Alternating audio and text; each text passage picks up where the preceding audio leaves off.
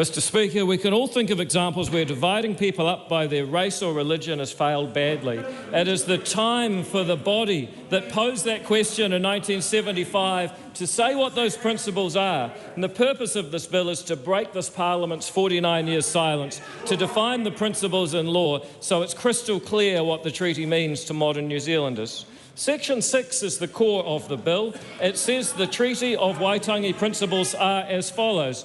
Principle 1, the Executive Government of New Zealand has the full power to govern and the Parliament of New Zealand has the full power to make laws in the best interests of everyone and in accordance with the rule of law and the maintenance of a free and democratic society.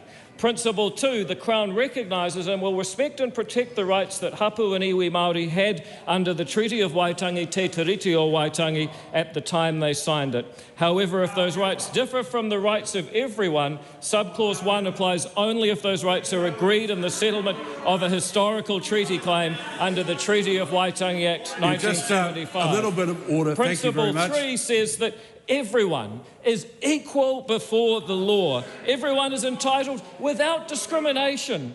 The equal protection and the equal benefit of the law and the equal enjoyment of the same fundamental human rights. These principles are based on the 3 articles of Te Tiriti, the Maori text, or at least Professor Kawharu's 1987 translation of it.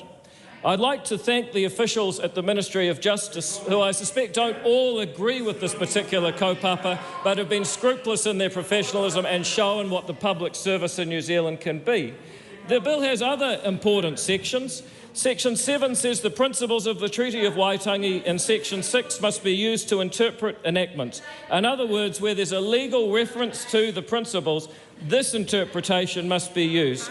Section 8 says that the bill is not to apply to interpretation of the Treaty Settlement Act. In other words, treaty settlements are safe.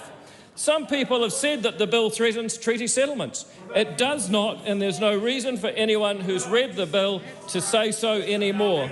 Section 9 says nothing in this Act amends the text of the Treaty of Waitangi or Te Tiriti o Waitangi. Once again, many people have falsely claimed this bill rewrites the treaty. There's even those who campaign for toi tu te tiriti, or leave the treaty undisturbed. In black and white, this bill does not change the text of the treaty itself. What it does do is confirm the government has the right to govern New Zealand and this Parliament has the right to make laws in the best interests of everyone. It commits to protecting the rights of everyone.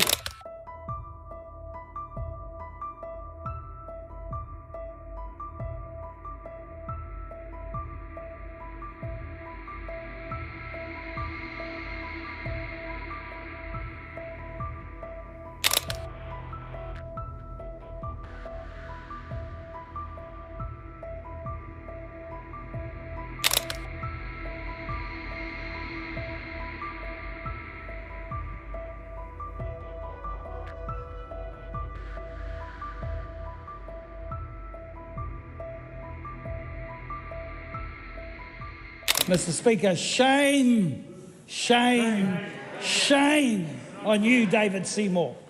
Shame on you for what you're trying to do to this nation in introducing this Treaty Principles Bill.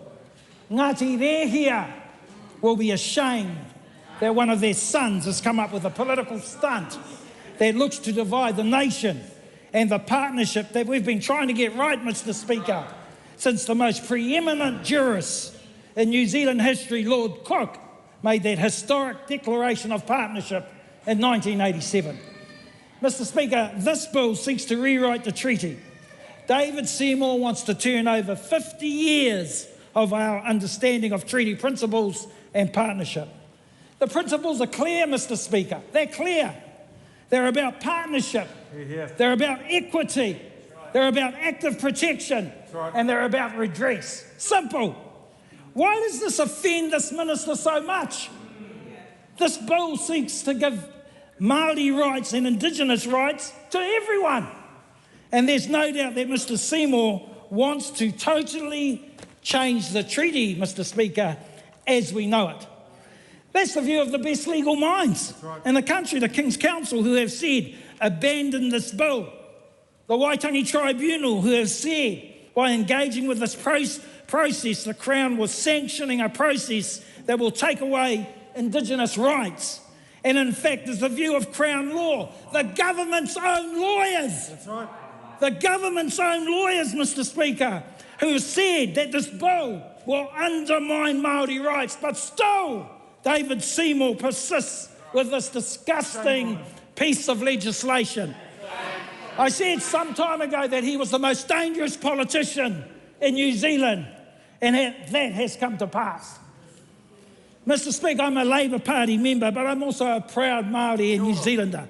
And I denounce this foul attempt to rewrite the constitutional framework of this nation simply because the Prime Minister is too weak to stop the dangerous extremism of the ACT Party. The party of Doug Graham, the party of Chris Finlayson, Jim Bolger, Jenny Shipley, none of those people would have been played the way the Prime Minister has been played, Mr. Speaker.